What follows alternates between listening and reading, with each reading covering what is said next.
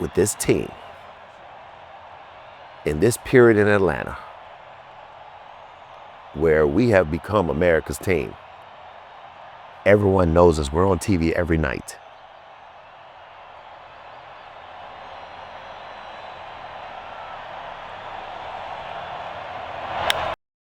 We have to win this World Series.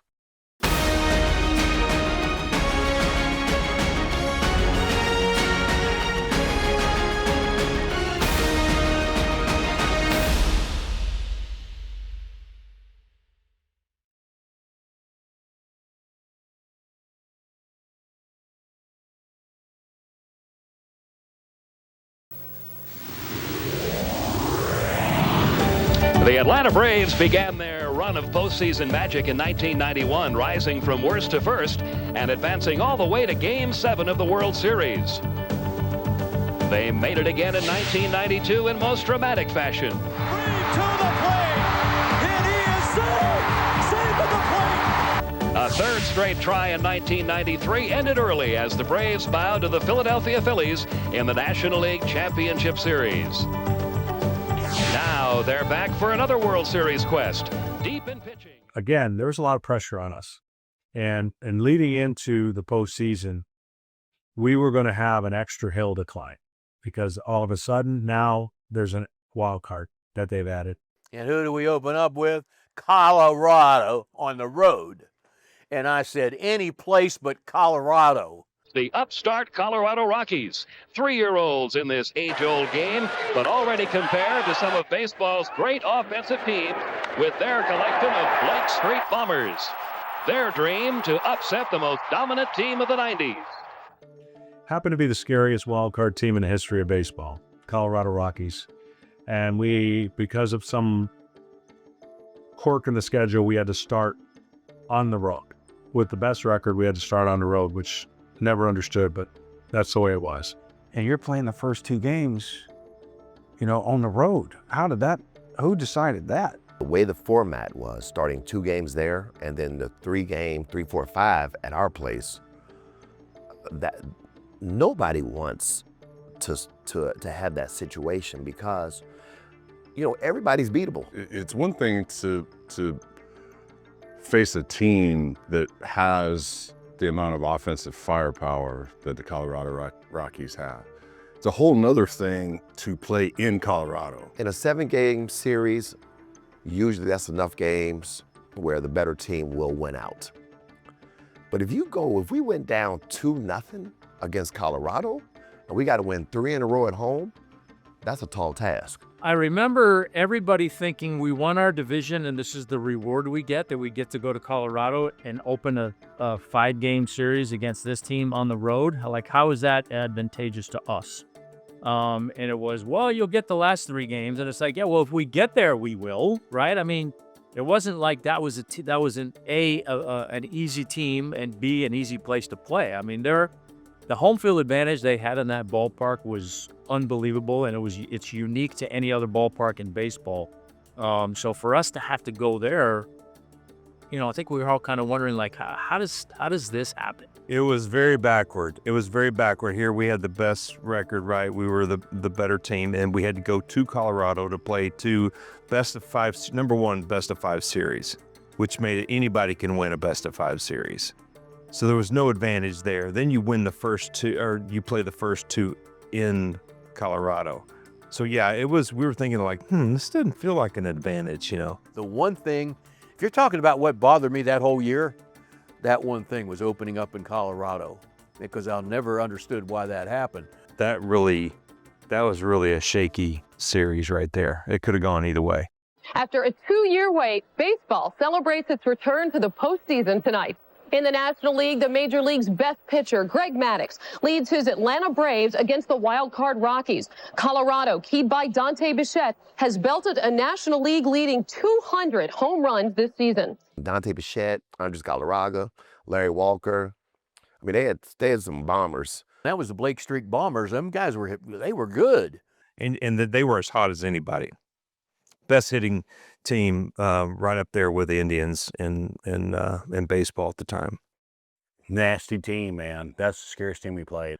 I mean, everybody was good. Even the guys that weren't good back then were good. I mean, we can name up, it's just everybody in that lineup was stupid good. When you talk about the Colorado Rockies, how they build a ball club a little bit differently around this ballpark, around their offense. Yes, they certainly do, and they've got the sluggers to prove it. They call them the Blake Street Bombers, and they've all got over 35 or 30 home runs.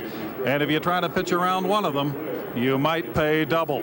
We knew it was going to be tough. I think you look at the guys that they had with Vinny and Bichette and Galarraga and Larry Walker, you got two Hall of Famers, and the other guys hit 40 home runs, every single year almost. Those guys were knocking Cy Youngs out during the course of the season. Like, I mean, I seen several of our guys. I'm not going to name names, but several of our Cy Young Hall of Fame guys, I seen them leaving the first, second, third inning off those guys. I think whenever we go to Colorado, you better be ready to ride the roller coaster, man, because it's 4 hours of just ups and downs and ebbs and flows.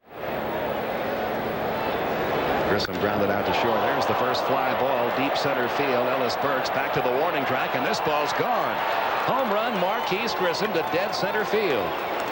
And the Atlanta Braves strike first to take a 1-0 lead. First and third, one down. In the air, right center field, Justice.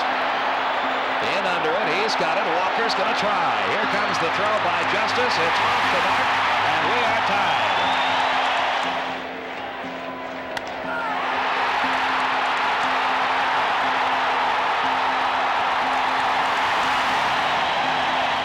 They were the Blake Street Bombers back then, and they were loaded.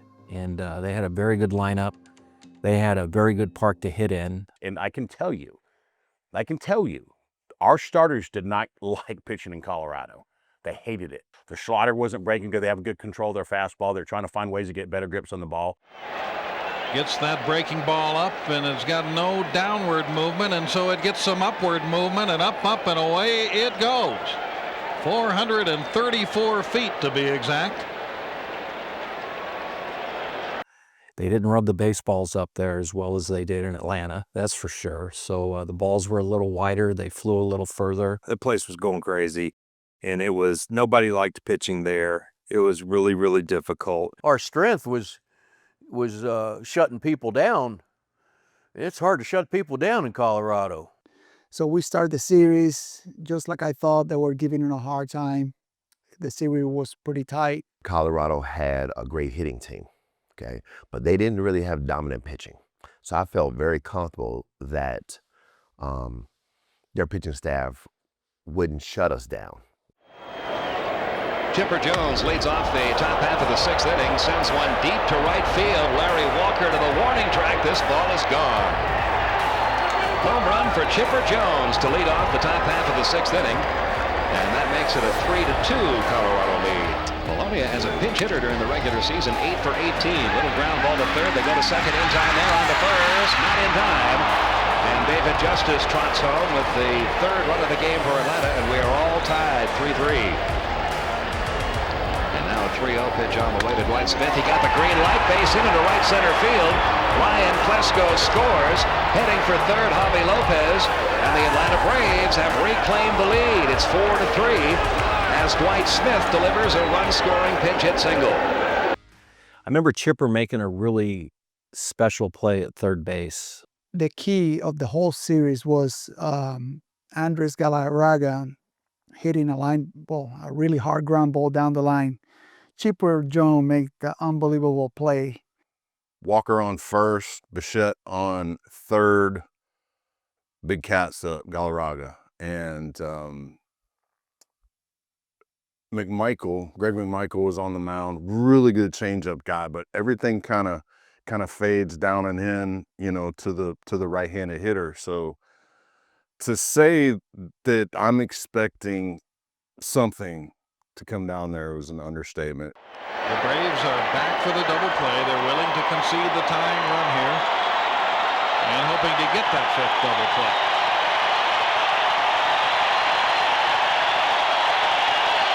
Look at these Rockies fans. Everybody standing.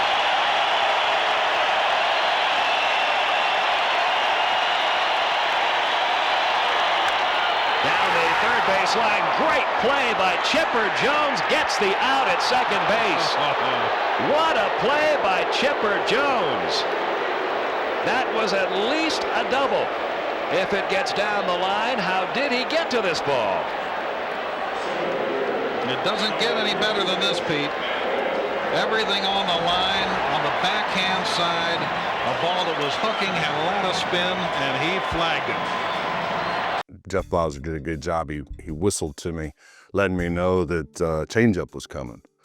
So I had him played off the line. I took a couple of quick shuffle steps as he went into his windup to move towards the bag, because I really wanted to take away a double if it did come down the line. And sure enough, I mean, he hits a frozen rope down there that hits about, I don't know, 4 or 5 feet in front of me. And it's literally one of those, you're a hockey goalie down there sometimes. It's one step dive, it's one step lunge, it's one step knock it down, you know. And I just remember leaving my feet and basically closing my eyes and sticking my hand out where I think the ball's gonna go. And it stuck. Well, my first reaction is, okay, I gotta get to my feet, but I look at Bichette and he froze at third, so I don't have to worry about him. So I immediately go into double play mode and was able to get Larry Walker at second base. We weren't able to get the double play, but yeah, it was one of those where if I don't catch it, it's a 2-run double. And now we're in a big hole. But it stuck. And it was one of those instances where I think, as fans might have said, or announcers might have said, this could be the Braves' year, because it was a tide-turning play, you know. And lucky as it may have been, I'm glad it stuck, because it was maybe one of the best plays I've ever made in my life. Dang, I look young.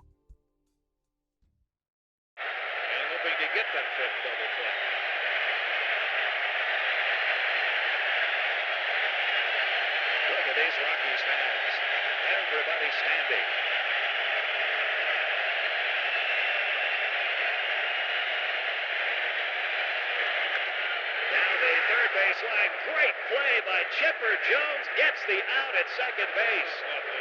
What a play by Chipper Jones. That was at least a double. If it gets down the line, how did he get to this ball? It doesn't get any better than this, Pete. Everything on the line. Nice one hopper. Side, a ball that was hooking, had a lot of spin, and he flagged it. I don't know what Chipper's talking about. I mean, that was just a one hopper right to him. So I don't know. I mean, it was a little firm. That was an incredible play. Of course, we're playing in Coors Field, and, you know, the place was going crazy. They had, I think that's Larry Walker second, and yeah, he hit a missile down there. You know, Chipper making that play at third base off Galarraga was, I mean, that play was unbelievably huge. He really saved not only that game, but he saved our series. If he didn't make that play, who knows if we would have advanced to the next playoff. Here's Chipper Jones. He had a home run back in the 6th inning. 2 outs. Bases empty here in the 9th. Jones 1 for 4. And that sparkling defensive play. Clearly the best and most important defensive play of the game. That could have been a huge inning. It could have really broken the game open. Right. 2-0 the count now on Chipper Jones. Facing a guy, Curtis Liskanek, good fastball, but like this slider, you know, and when he fell behind guys, he would throw that kind of get me over cutter or slider that I was kind of looking for, just needed to see it up. Here's the 2-0 pitch to Jones. High fly ball out to right center field. How much carry on this one?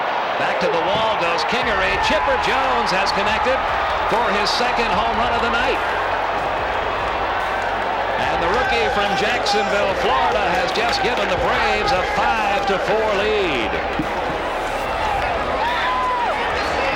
A 2-home run night for Chipper Jones. In Colorado, the ball doesn't spin, the ball doesn't break as much as it would at sea level.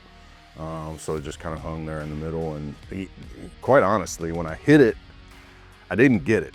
You know, I was like, man, that's going to be so close, you know? And when I saw Kingery climb the fence, I was rounding first and I saw it drop in the bullpen and I was just like, yes, you know what I mean? It was just like pure elation, just kind of floating around the bases. You take a quick peek into the dugout and everybody's going nuts. You know, we've got 100-mile-an-hour Mark Wohlers warming up in the bullpen. This puppy's over, you know? And now it's come down to this. 1 ball, 2 strikes on Lance Pater with the bases loaded.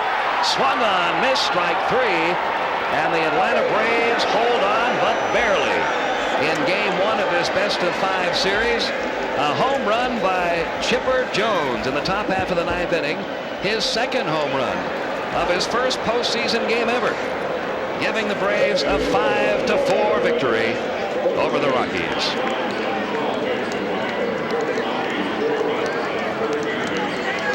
We got out of there with a dub and again, kind of set the tone for the rest of the series and the rest of our postseason run. Hi, everybody, and welcome to Game 2 in the division series between the Atlanta Braves and the Colorado Rockies. The Braves lead the best-of-5 series 1-0. We come to you tonight from Coors Field in Denver, Colorado. It'll be great if this game is anywhere near like last night's. First pitch on the way to Marquise Grissom. Fly ball, deep center field. Going back, Ellis Burks to the wall. This ball is gone. And on the first pitch of the ball game, Marquise Grissom gives the Atlanta Braves a 1-0 lead, his second home run of the series. What started out as just a little get-ahead fastball turned out to be a get-behind fastball. I don't think not one time in my whole career I tried to hit a home run. You know, I might go up there and take a healthy hack. You know, I'm just trying to hit the ball hard. I wasn't a power hitter. I didn't consider myself a power hitter, even though I had a few years where I hit 20 home runs. But my job was to drive the ball in the gap, you know, single, double. If I get a triple, fine, but not a home run hitter. But I had a lot of success against Colorado, you know, during the season, even when I was Montreal Expos. And I kind of knew the pitching staff, and you know, anytime you face a lefty, I give myself the advantage all the time.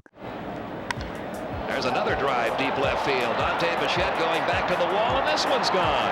Second homer of the night, third of the series for Marquise Grissom. And Atlanta now leads it 3-0. I like the spotlight. I like when the lights are on. I like the playoffs. I like the World Series because that's what we worked so hard for the whole season, during the off season, regular season, and then to get the postseason.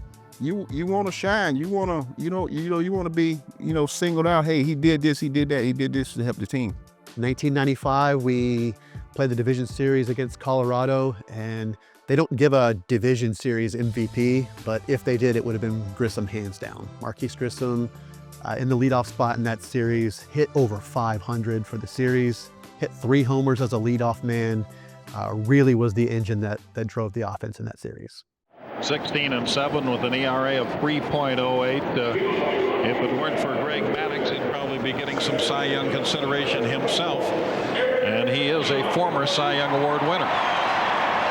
It was a daunting task. I mean, that lineup, the Blake Street Bombers at the time with, you know, Ellis Burks and Galarraga and Bichette and Walker. I mean, it was, you know, Vinny Castilla. I mean, it was a tough lineup to go through in a normal ballpark, let alone that ballpark. So it was tough. First and third, one out here. Rockies fans have come to life. Here's Larry Walker. It was grounded out twice, once to the pitcher, once to first. And he swings and drives one deep to right center field and way out of here. This game is tied as Larry Walker connects for a 3-run homer.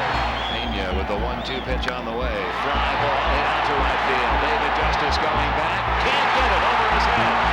Around third, Bichette. He scores. Down at second with a run-scoring double is Andres Galarraga. And the Colorado Rockies have taken a 4-3 lead.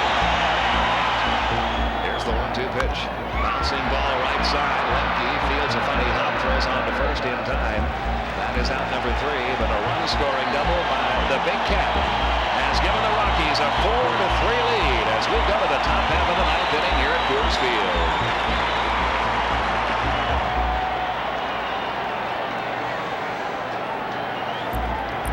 Chipper Jones leading off against Curtis Leskanik. The line drive to left field. Dante Bichette on the run. Can't get it. It's going to drop in for at least one. Chipper Jones on his way to second. He's in sliding with a leadoff double. Here's the 1-1 on the way. Little looping line drive. Shallow left field. It's going to drop for a base hit. Chipper Jones gets the green light. Dante Bichette overruns the ball in left. We are tied again as Fred McGriff drives in his first run of this series with a looping single to left. Here's the 1-0. Up the middle by Devereaux. Base hit center field. McGriff down to second. He'll hold on there as Kingery gets it back to the infield. Atlanta runners now at first and second with 2 outs. 3 hits in the inning, 12 in the game now for Atlanta. And now Mike Mordecai. Mordecai batting for the pitcher. Mordecai during the regular season hit .280 with 3 homers, 11 RBIs. Utility player, plays all 4 infield spots. I think most athletes, you try to find a way to cope with pressure. And how do you cope with pressure? What does it for you? Well, a lot of times when you've got nothing to lose, I mean, you just, hey, I got nothing to lose. The game was tied already. If I don't get a hit here, hey, we're still in the game. And I'm just trying to work the count so I can get a fastball. If he throw me a fastball. As a pinch hitter this year, Mordecai was 7 for 29. He had 1 pinch hit homer. Blocked by Girardi, ball 1. That misses outside the count 2-0. Here's the 2-0 pitch. Checked his swing. Did he go? He did not, says Joe West. And the count goes to 3-0. And of course he gets behind 3-0, and then Bobby gives me the green light, which I said I was like shocked that I'm about to get a green light. I'm thinking to myself, if he's giving me the green light, he must think, you know, this guy's going to give me something good to hit here, you know, and I'm like, just don't miss it. If I'm going to swing at this, don't miss it. And I was looking at one spot, and I tried not to just pull off the ball and try to hit a home run. I just said, I'm just going to hit it hard. Now a 3-0 pitch on the way to Mordecai. Back up the middle into center field for a base hit.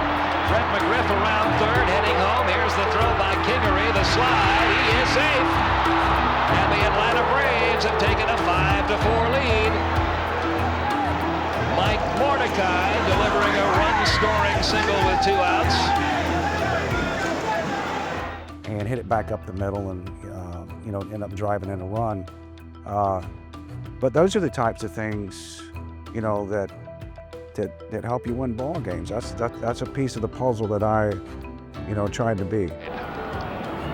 Now Belliard steps in, grounds 1 to second. Young has it on to first, throws it away.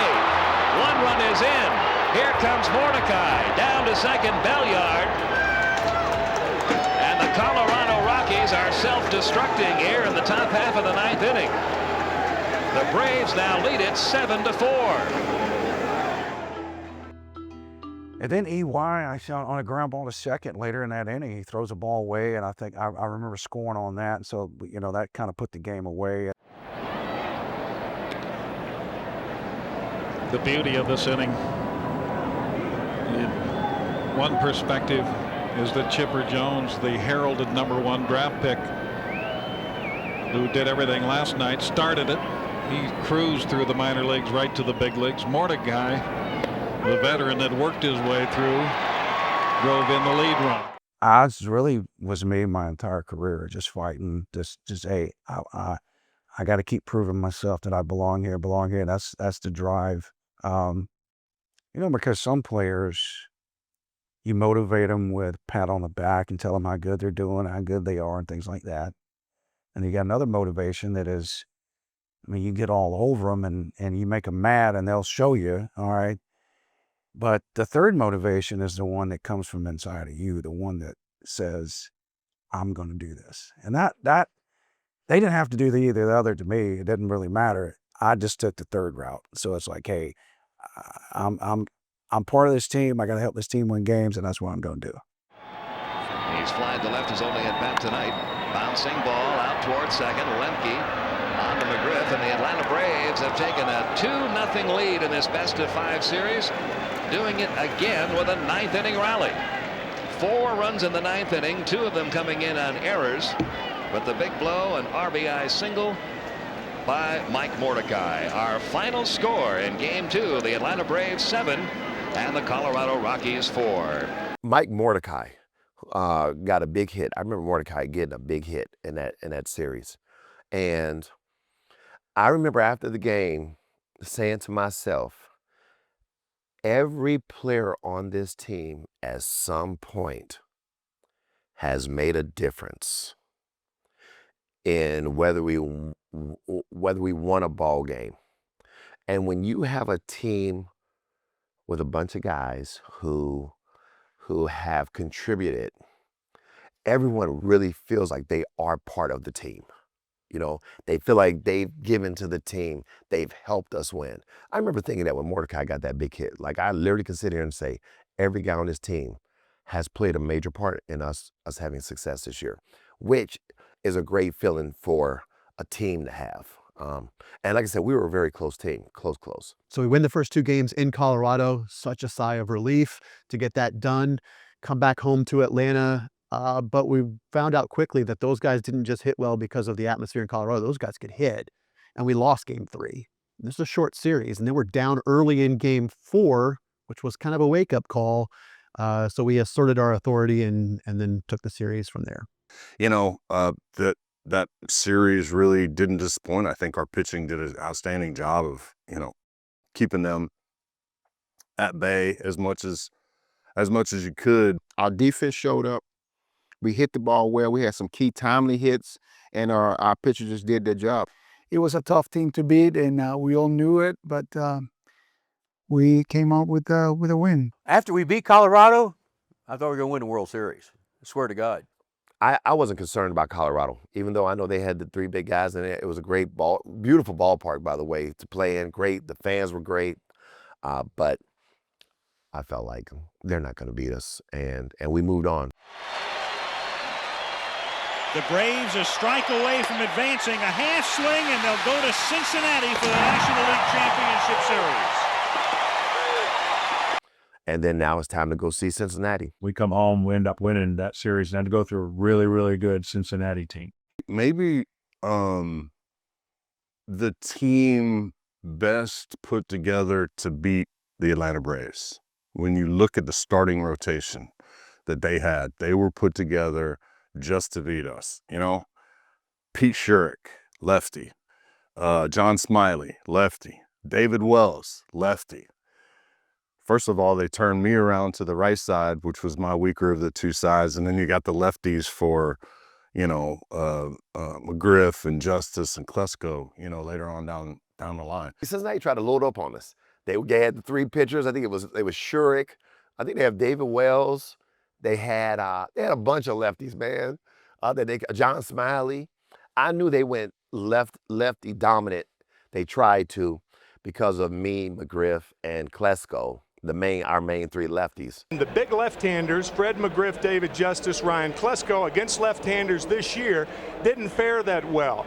However, no Cincinnati starter, and they'll start 3 left-handers against them, can come inside with regularity, and I think that's going to make it easier for the big 3 of Atlanta to hit the left-handers. Those left-handers very tough, of course. Okay, so the Reds have a good team in '95, and we come in to play the Reds in September, and I'm in the clubhouse, and I'm saying to the fellas, hey, fellas, listen, all roads lead through Atlanta if you think you're going to the World Series this year. So we need to send a message to the Cincinnati Reds, letting them know that if you even think you're going to the World Series, you got to go through us. We need to sweep them. I need a 10-run rule. I'm just joking, but I'm being serious, but I'm joking and we laughing. First game, we beat Cincinnati. I come in the next day. All right, fellas, that's 1 down. 1 down, I need 3 more. Let's go. Here's Branson. Oh, look at that. Slider in the dirt, and the ball game is over. The Atlanta Braves have swept this weekend series. Tom Glavine wins his 15th of the year. And if they meet again, these Braves and these Reds, this time it would be for something big because it would be October. We end up sweeping the Reds in September in Cincinnati. Now, fast forward, we've just beat Colorado. And now here we are again, Cincinnati Reds. And I remember walking in to the locker room and I said, hey, didn't I tell y'all? Now, let's go do to them what we did to them in September. Riverfront Stadium, located in downtown Cincinnati, a ballpark that opened in 1970, hosted the World Series that year. Can it happen again? The Braves against the Cincinnati Reds tonight in Game 1 of the best-of-7 National League Championship Series. The first 2 games to be played here at Riverfront. I'm Al Michaels. Welcome to the National League Championship Series, and this is the way it should be. The 2 best teams in the National League fighting for the pennant. Tom Glavine. When you think of the Braves, the first picture coming to mind would be Maddux with the 3 consecutive Cy Young Awards and a probable 4th. And then there's Glavine, who has won about as many games through the 90s as has Maddux. Comebacker. Glavine goes to Blauser 1. Back to first. Double play. Boone hits into a double play. And we've played 2 at Riverfront. Atlanta nothing. Cincinnati nothing. That's in there for called strike 3. And part of the old red machine for a while. 1 hopper to short.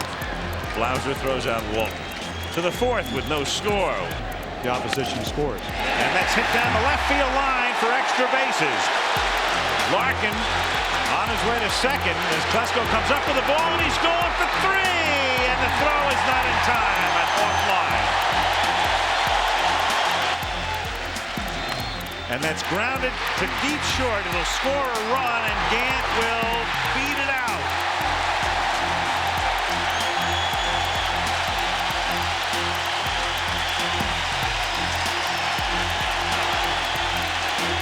One to nothing Cincinnati. Boone hit into a double play in the second inning, and he hits a ground ball to the shortstop Blauser, and he hits into another double play. That's a ground ball to the right side. Lemke to Blauser 1 and back to McGriff. Double play.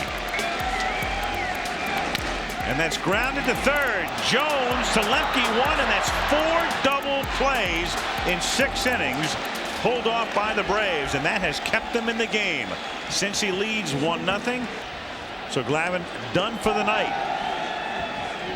Pitched extremely well, but in a way it's almost symbolic of a lot of the Atlanta frustration in postseason.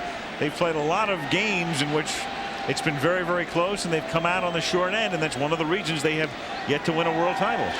Davey Johnson is sure at Cherokee. Nobody in the bullpen. Cherokee has been brilliant through 8. He leads 1-0. No Reds pitcher has pitched a complete game shutout in a postseason game since the 1940 World Series when Bucky Walters shut out Detroit.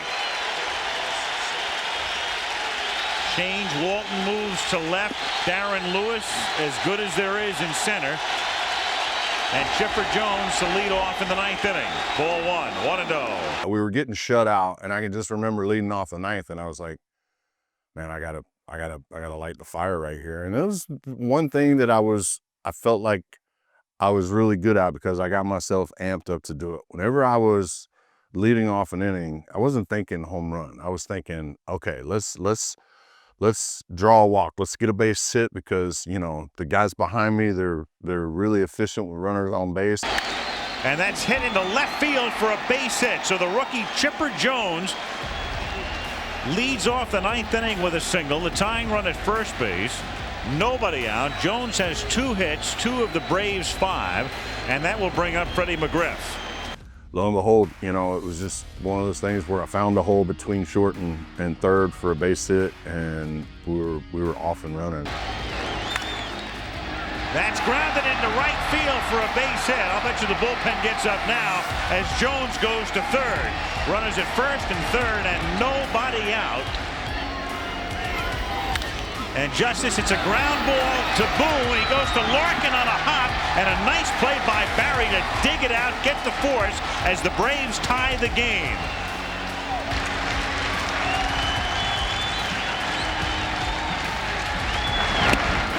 Struck him out. Wohlers faces 6 men, strikes out 5. To the 11th, 1-1.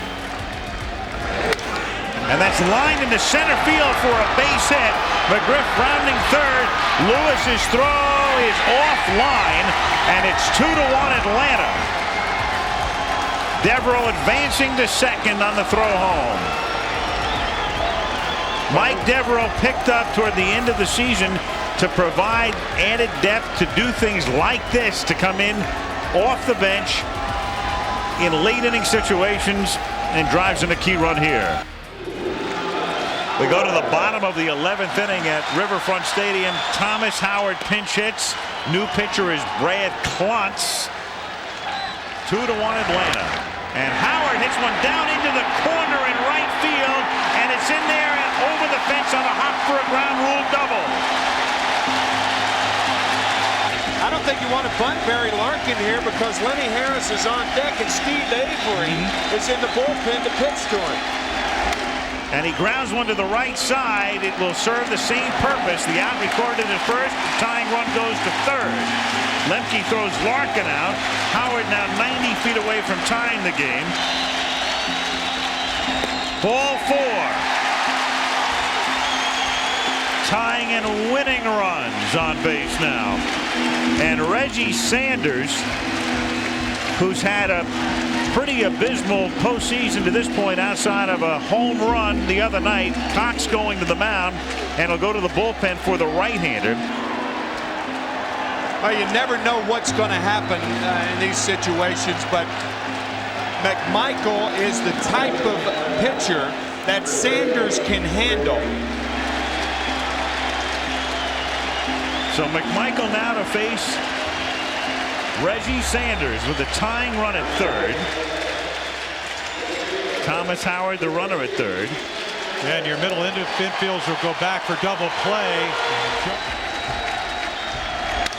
And that's a ground ball to short, fielded by Blauser. Double play to end the game. Belliard, Rafael Belliard with a 6-3 double play to end the game. I guess Bobby felt like that I'd be better off helping get a double play ball, and of course getting to face Reggie there, former Brave, and that was a good moment. That was a good moment. Yeah, especially after not feeling like I had a really good moment in Colorado, and then being able to start with a save there in the NLCS. Mac was huge against Cincinnati leading up to the World Series. I mean, he was great in that playoff. You know, one thing I remember about the Reds series, and this started way before the game started. We all walked into the stadium. Of course, you know, Riverfront wasn't that, you know, awe-inspiring or anything. But when the game started, it wasn't full. The stadium wasn't full. And we're all looking around, and the Reds players were looking around like, I can't believe this place isn't full for the NLCS. And we're thinking, you know, of course, you know, we're coming off the strike year, but then their fans didn't show up. And I think they were kind of hurt by that. But the big story right now as we sit here and look at Riverfront Stadium is the empty upper deck in the outfield. There must be 15,000 empty seats in a ballpark that holds a little bit more than 50,000 for the League Championship Series. And then, of course, we won that first game, and they thought they were going to win that one late. But that felt pretty good. It's always nice to get a save. I wasn't a closer, so to get a save in the NLCS was pretty exciting. So after we finished the series with Colorado, heading into Cincinnati, at least we knew that the toughest team, it was in the past. I mean, Cincinnati Red was a great team, no doubt about it, but couldn't compare with Colorado offensive team. But it was, at least by winning that series in Colorado, we had the momentum, we had we were all ready, pumped up, and I knew we were going to face a good Reds team. And like I thought, the first couple of games, they given us a hard time. It was extra inning, both games. Beautiful night, game 2 of the National League Championship Series from Riverfront Stadium. The Atlanta Braves taking on the Cincinnati Reds. That's hit softly to shallow right field and will fall in front of Sanders for a base hit. And Grissom was going all the way, so he will score. And that's lined to left field, deep enough to score a run, and it's a base hit over the head of Gant. Devereaux on his way to second. And in there with a double as Atlanta takes a 2-0 lead. Runners go, 3-2 pitch, ground ball, base hit into center field. Boone will come in to score. Branson goes to third, 2-1. Almost, the runner goes, it's a delayed steal and it's dropped by Belliard. Game is tied. At that time, George Foster from third. 2-2. 2 out in the ninth. And that's grounded to the right side. Lemke backs up, throws him out, and for the second night in a row, we go to extra innings. And he throws a breaking pitch in the dirt, of all things, 0-2. And Santiago can do just so much. He has saved them time and again tonight, but not here. Lemke scores.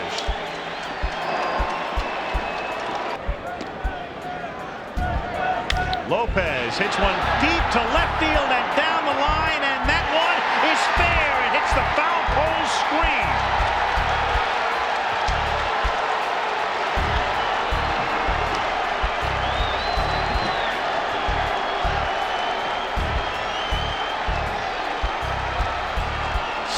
To 2.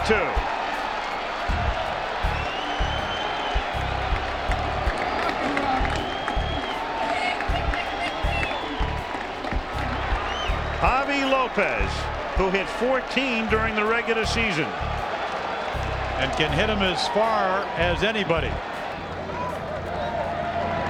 And Morris goes down on strikes. And so the Braves come in and hand the Reds 2 incredibly frustrating defeats. Davey Johnson knowing his team could easily be going to Atlanta having won 2.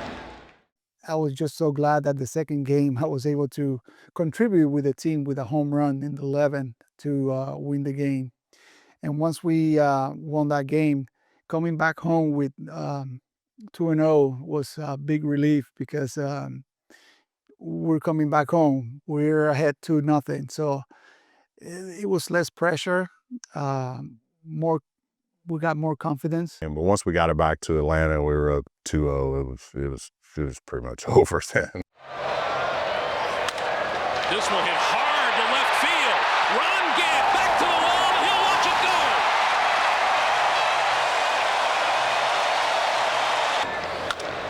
Hit deep to left field. Gone.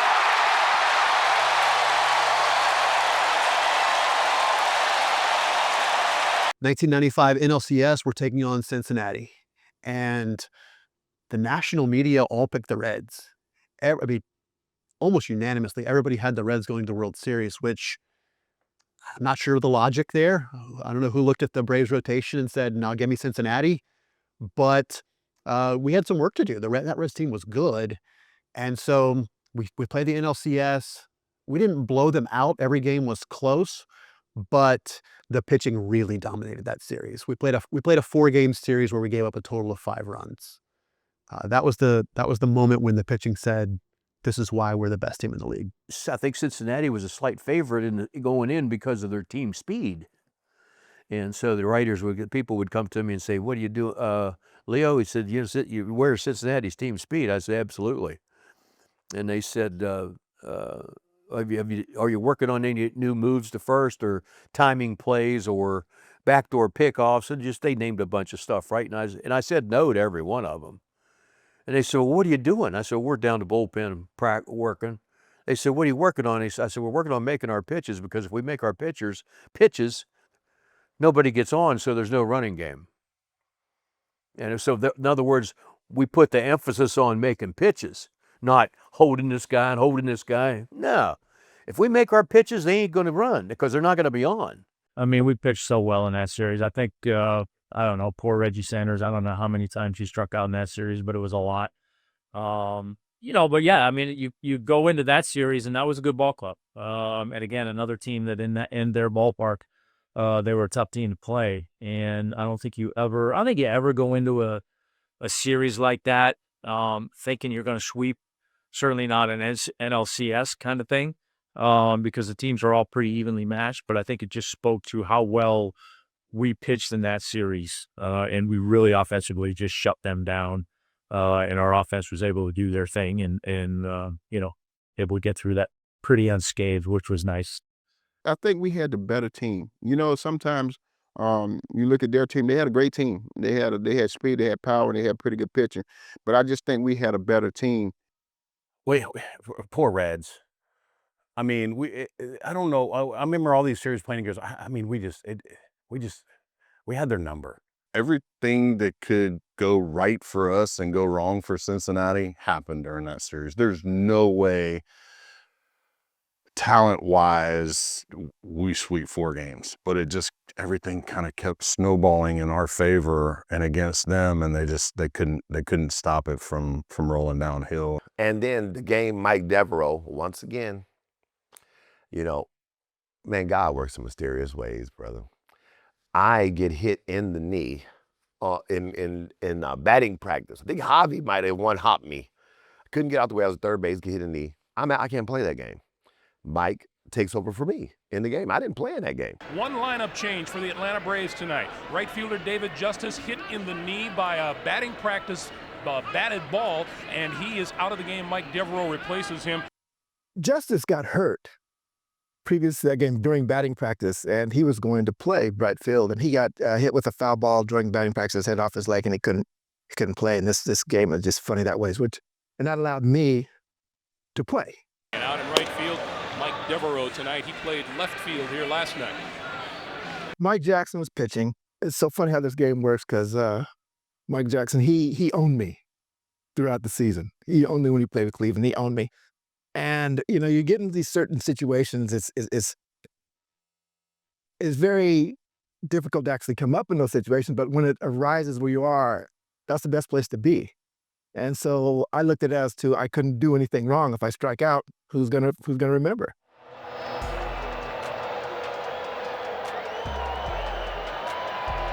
So when you go up there, you go, hey, this is it, let's go at it.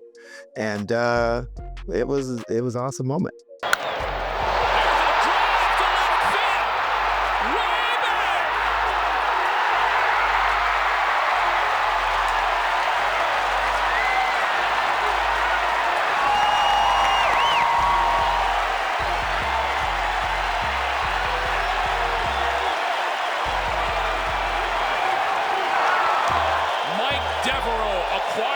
Chicago White Sox in August, had 1 home run all season long, and looks like he has put the cap on a 4-game sweep of the Cincinnati Reds by Atlanta. Mike takes over for me and has a great game, and I was so happy for him. Once again, it's like when every teammate has a moment during the season whereby we win as a result of them. It's just a great feeling. I just love to see my teammates succeed and do something big, and that was another one of those nights. Man, I was so happy for Mike Devereaux. All right, I'm Johnny Bench here with the most valuable player. Mike Devereaux has been chosen the MVP of the League Championship Series. A 3-run homer, a big hit during the second game to win the ball game. MVP of the League Championship Series. It's incredible. It's a feeling it's hard to explain. I mean, getting a chance to come over here late in the season was a dream in itself, knowing we're going to the divisional championship. And to be where I am today, it's just unbelievable. I never even saw it coming.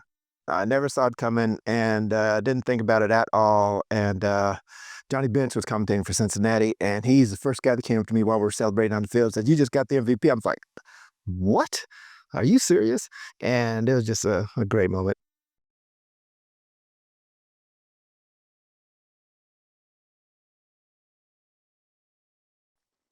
With the help of the crowd, the home field advantage, we finished them up.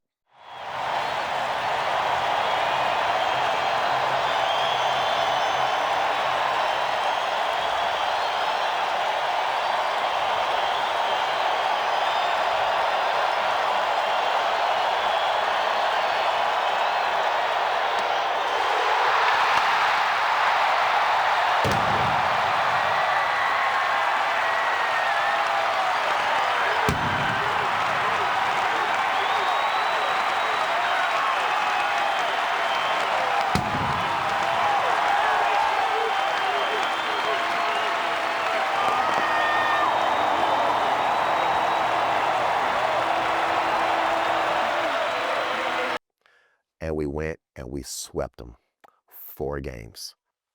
We've walked through the Reds, and now we got to get ready for Cleveland.